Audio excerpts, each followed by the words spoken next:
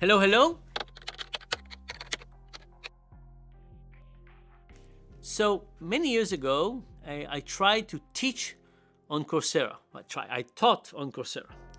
It was the time when the platform was new. It was really exciting. The idea that we could teach people from all over the world, people would participate, a new kind of learning model.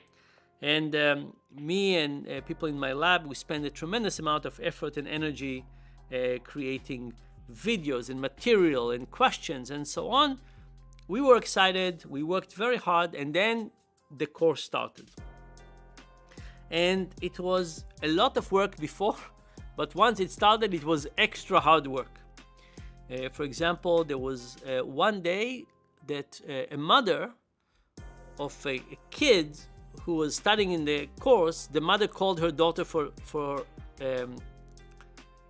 dinner, and her daughter came for dinner, and her mother turned off the computer. Well, she was in the middle of a task, and it erased it, and the mother found me, and I had to do all kinds of work. Anyway, it was a lot of work.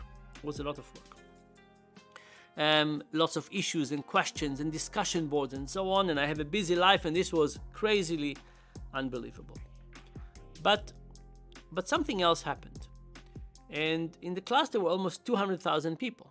Now, if you have 200,000 people and you have some normal distribution, there are going to be some people who are very high on some things and some people who are very low on something. And with that big of a number, you'll have a lot of outliers. And there was one person that every time there was a bug or glitch in the Coursera platform, or every time something happened that they didn't think was appropriate or did not plan on it, they thought I was experimenting on them. Now, I understand where this suspicion is coming from, but I wasn't.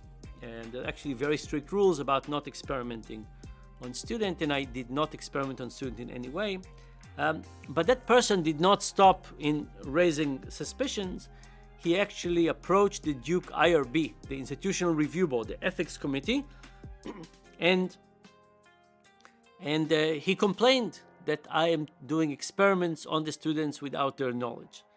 That's, of course, a very, very severe accusation. The IRB came to ask me about it, and I said, not at all. No, not testing anything. I wouldn't think about it, not what I do. But there's a procedure.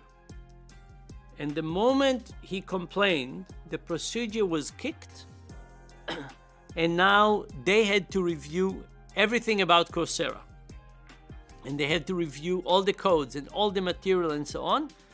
And I was already very busy, and I was teaching in Coursera on top of that, almost 200,000 students with extra, and now also dealing with these accusations.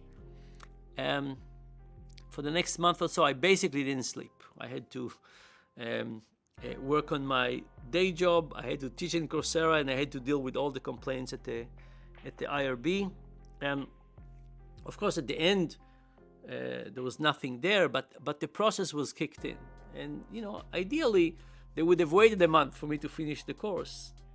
But again, they couldn't. The process was kicked, and this was happening. As a consequence of that, I basically stopped teaching in Coursera. And I think it's bad for me, and it's bad for the students, and it's also bad for Coursera. But think about this. If there's a distribution, and you say with 200,000 students, what's the odd that somebody would complain about something? And if our process is that at that point we'll stop everything and have to deal with this complaint, that just eliminates the appetite for doing anything. So do we want to do new things? Absolutely. Do we want to innovate? Absolutely. Do we have to realize that when we innovate and try new things, there will be some new friction points, some more challenges, and we have to be sensitive with those? We do. But as long as we have this very hard approach, this is the procedure and this is what we do, it's going to eliminate productivity, it's going to eliminate creativity, and it certainly eliminated my Coursera course. And I'm so sad about this. I think that outside of the student that complained, most people really enjoyed it. But I'm just unable to take this risk again.